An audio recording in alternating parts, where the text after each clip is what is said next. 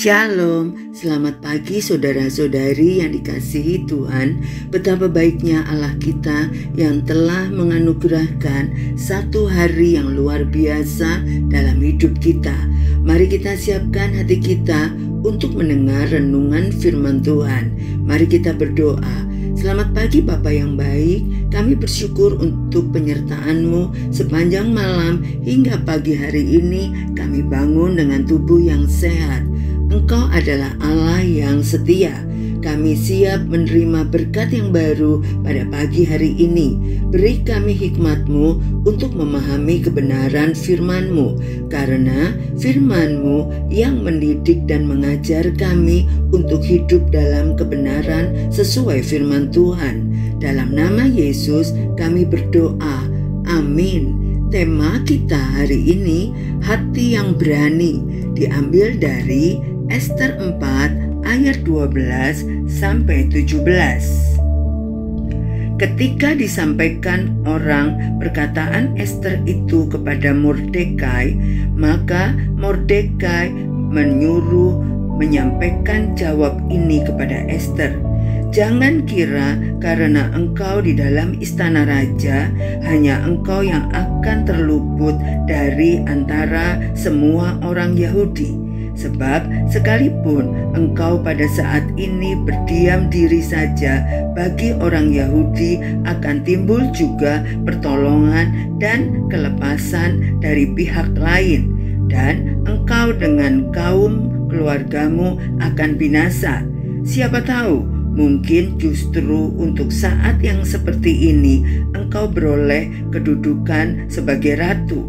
Maka Ester menyuruh menyampaikan jawab ini kepada Mordekai. Pergilah, kumpulkanlah semua orang Yahudi yang terdapat di Susan dan berpuasalah untuk aku. Janganlah makan dan janganlah minum 3 hari lamanya, baik waktu malam, baik waktu siang. Aku serta dayang-dayangku pun akan berpuasa demikian. Dan kemudian aku akan masuk menghadap raja. Sungguh pun berlawanan dengan undang-undang. Kalau terpaksa aku mati, biarlah aku mati. Maka pergilah Mordekai dan diperbuatnyalah tepat seperti yang dipesan Ester kepadanya. Kisah Ester menunjukkan bagaimana iman yang sejati melahirkan keberanian. Ester bukan seorang pejuang dengan senjata, tetapi seorang ratu muda yang dihadapkan pada keputusan besar. Apakah ia akan diam dan menyelamatkan diri, atau berani mengambil risiko demi bangsanya? Ketika Mordekai mengingatkan bahwa Allah bisa memakai siapa saja untuk menyelamatkan umatnya, Mordekai berkata, mungkin justru untuk saat seperti ini engkau beroleh kedudukan sebagai ratu. Ester 4 ayat 14.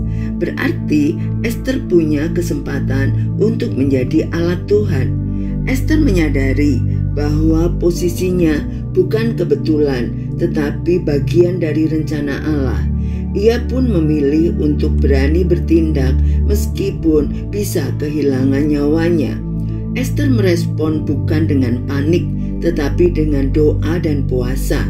Ia berkata, aku akan masuk menghadap raja. Kalau terpaksa aku mati, biarlah aku mati. Ester 4 ayat 15 dan 16. Kalimat ini menunjukkan keteguhan hati dan iman yang berani. Keberanian yang lahir bukan dari kepercayaan diri, melainkan dari penyerahan total kepada Tuhan. Mordekai pergi dan melakukan seperti yang diminta Ester. Ester 4 ayat 17. Tindakan ini menggambarkan kerjasama iman dan keberanian. Ester berdoa dan Mordekai bertindak. Keberanian sejati seringkali lahir ketika iman dan ketaatan berjalan bersama. Keberanian bukan berarti tidak takut, tetapi tetap melangkah meski takut. Hati yang berani lahir dari 3 hal. Pertama, iman yang teguh. Percaya bahwa Allah berdaulat di atas segala keadaan.